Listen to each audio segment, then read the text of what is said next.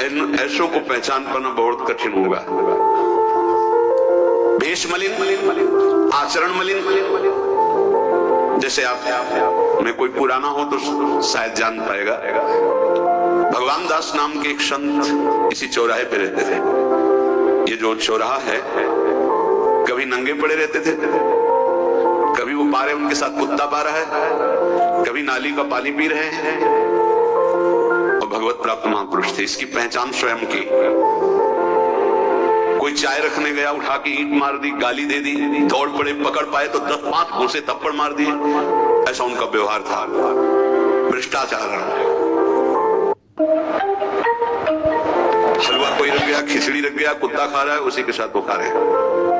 कभी गमछा लपेटे, कभी नंगे, सीधे प्रकृति का वार शरीर से सहते थे। बस चौराहे पे रहते थे।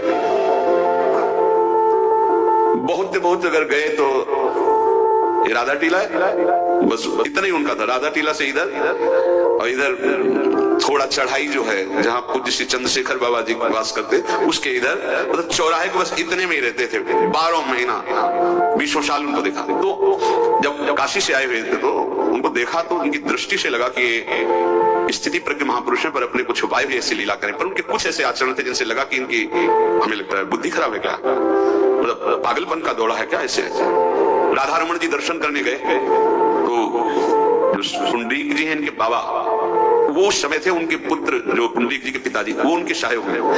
तो करुणा कृपा हुई उनकी, उन्होंने देखा। वो तो बाद में परिचय जाना उनका, हमें पता नहीं, बाद में परिचय। वो पीत वस्त्र धारण किए हुए वयोवृद्ध एकदम, डलिया लाए, राधा रमन जी को निकाल करके अपने को प्रसाद मिला। तो सीधे राधा रमन जी की कृपा का अवलोकन करते हैं और परिक्रमा लगाना।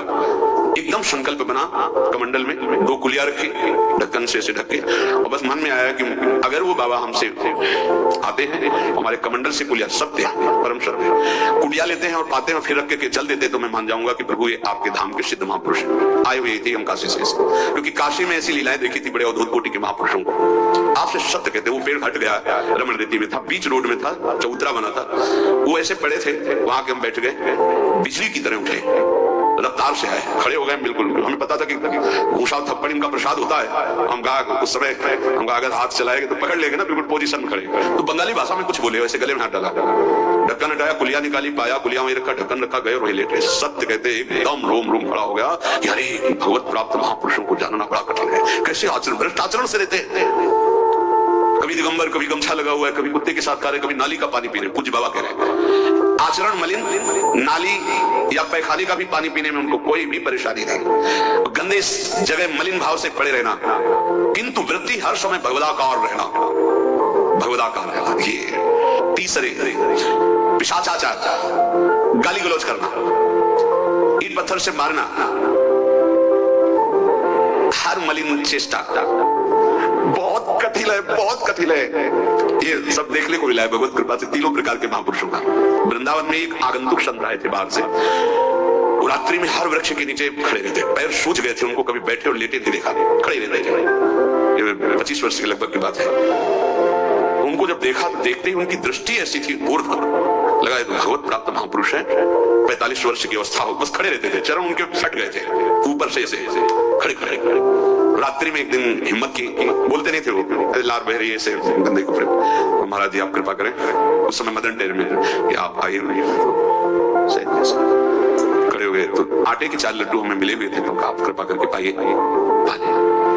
उनका आपका ये जो बाहरी परिवेश है और आपके जो बाहरी लीलाएं हैं, ये बाहरी लोग तो भले न समझ पाए, पर प्रभु मुझे ऐसा अनुभव होता है आप भगवत प्राप्त महापुरुष है।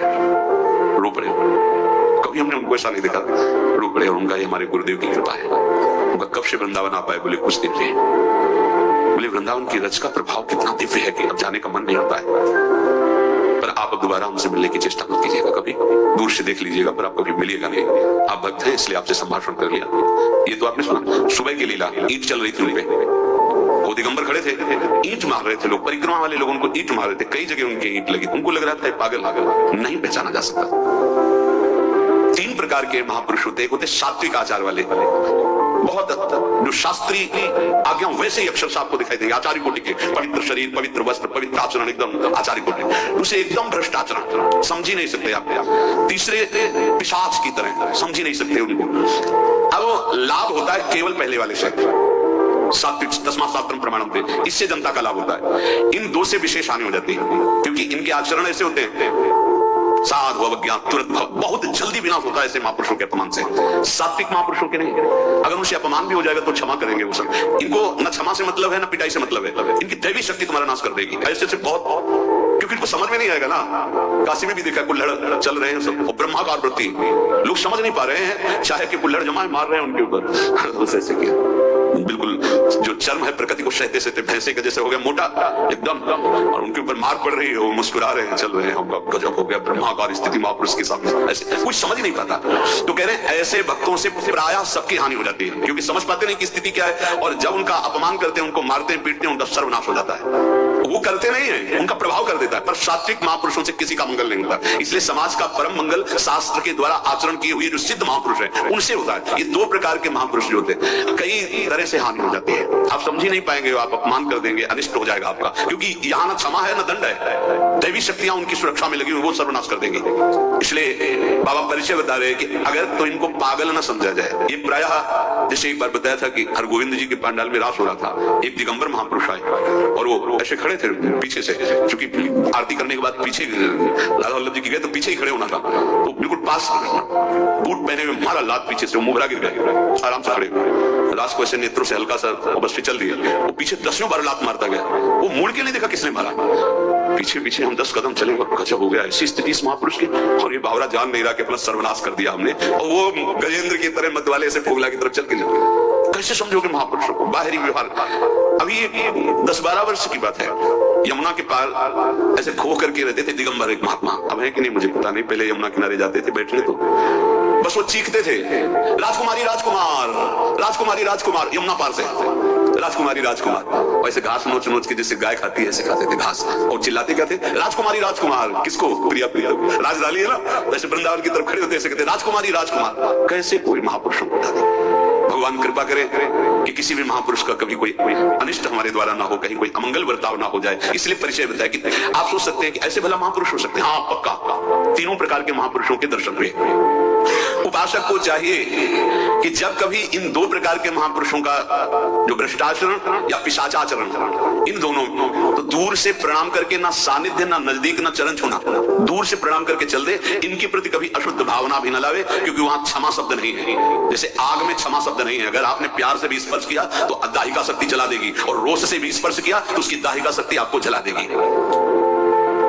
सात्विक आचरण वाले महापुरुषों के द्वारा परम मंगल होता है, और वही सिद्धि प्राप्त करना उचित है। इस कोटि के ये सब भगवान शंकर स्वरूप हैं, इनको केवल प्रणाम है, ना इनके आचरण अनुकरणीय है, ना इनकी स्थिति परिचय में आ सकती है। तो कैसे सिद्ध हुआ जाए?